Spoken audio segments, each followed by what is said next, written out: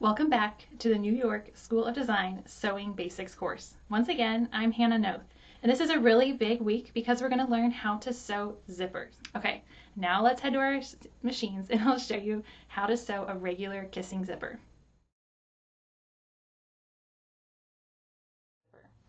So here's my zipper. Can open it like that, but I'm going to leave it closed for this method of adding a zipper that I'm about to show you. And this is the most common way you're going to be sewing a zipper, is on an existing seam. All right, so this could be a skirt side seam, shorts side seam, really any type of garment where you will need a closure. And the easiest way to insert a zipper is to have an existing seam.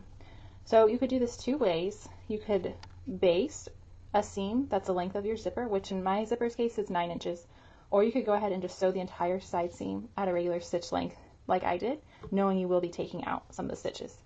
Either way is fine, just make sure that you have ironed your seam nice and flat.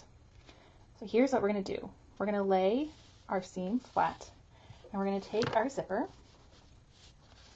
and do you see the little teeth on the zipper right there? Those ridges all down the center of the zipper. We need to line these up with the seam. So they need to be directly on the seam that we sewed.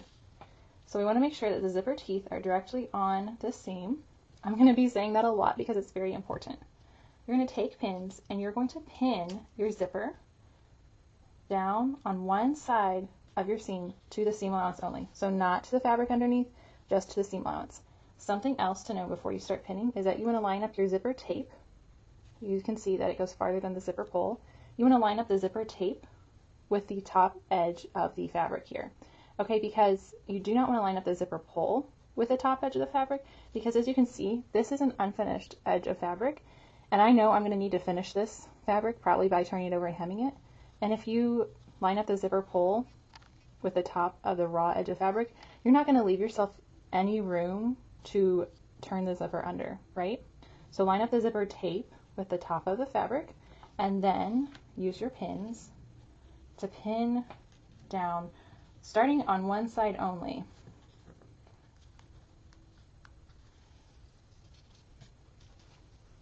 And there's my pins. Now let's turn to our machines. We need to change out the presser foot before we sew a zipper. Right now I have a regular presser foot on my machine. And as you can see, with any regular presser foot, it's pretty wide and bulky. I can't use this to sew alongside a zipper because I want to sew close to the zipper teeth, and this is going to make sure that I stay way far away from the zipper teeth. It does not sew very narrow seam allowances. So I need something that's going to allow me to get closer to the zipper teeth. That's where a zipper presser foot comes in handy. So there are zipper presser foots for both regular and invisible zipper foots, and they look really different. So make sure you use a regular zipper presser foot for regular zippers and an invisible one for invisible zippers. My regular zipper presser foot looks very similar to a regular presser foot, doesn't it? But it's just missing half of this part down here. So this way my needle can get nice and close to the zipper teeth. So I put that on my machine before I sew any of my zipper. Got my threads, and I am ready to begin sewing.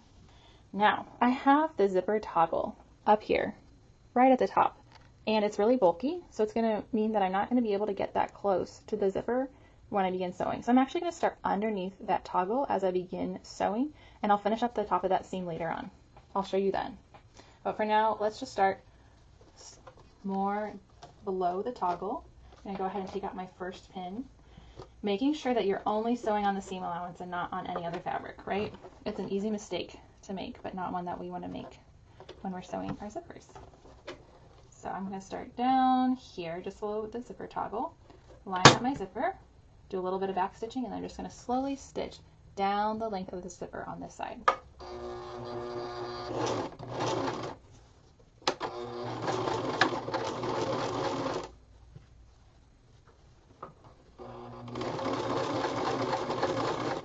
Okay, now onto the zipper stop at the bottom, so I'm just going to go ahead and back stitch and finish the seam.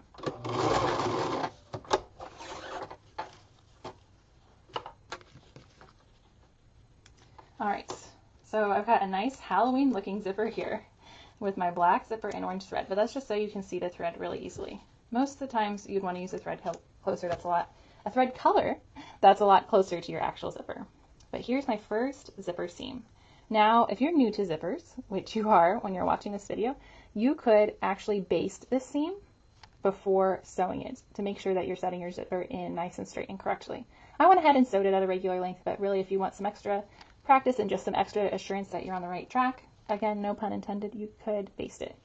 But that's our first zipper seam. And good news, that's our hardest seam of inserting the entire zipper. I'm feeling on the other side of the fabric and I can see, okay, it feels like it's very much centered on the seam, so that's good. So now we're going to sew that same seam on the other side of the zipper teeth, right on that side. Now that my zipper is securely attached to either side of the seam allowance, I can go ahead and take a seam ripper right here, and I'm going to rip out the seam down to the bottom of my zipper. I want to make sure that I don't rip out the seam too far, so I'm going to go ahead and place a pin in the fabric right where that zipper pull is, so I make sure I don't rip out too much.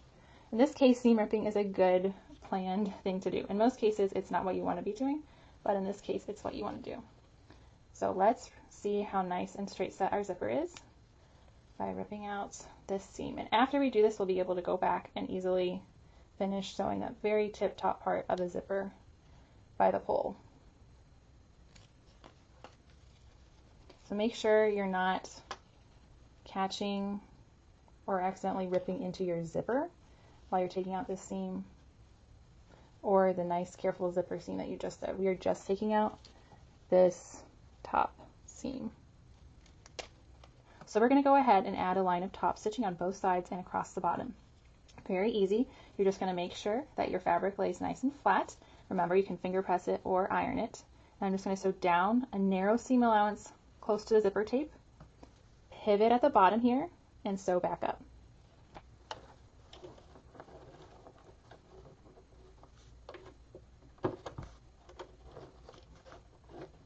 All right, I'm going to start way up at the top here. Okay, here we go. Make sure you take your time with this top stitching to ensure it's a nice straight stitch, because this is going to be so highly visible in your finished garment.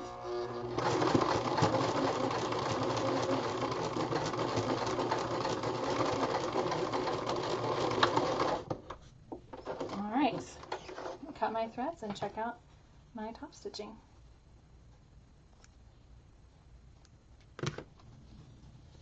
And there you have it, a nice, straight, even top stitching. That's also functional because it helps ensure that your fabric will stay out of the way of the zipper when you open it and shut it. And that's all there is to sewing a nice, regular zipper and inputting it into an existing seam. Hooray! You did it! You learned how to conquer that zipper. That's my foolproof method for sewing a regular, standard kissing zipper. I hope that you learned a lot and have more confidence in how to sew a zipper now. There's nothing to be afraid of.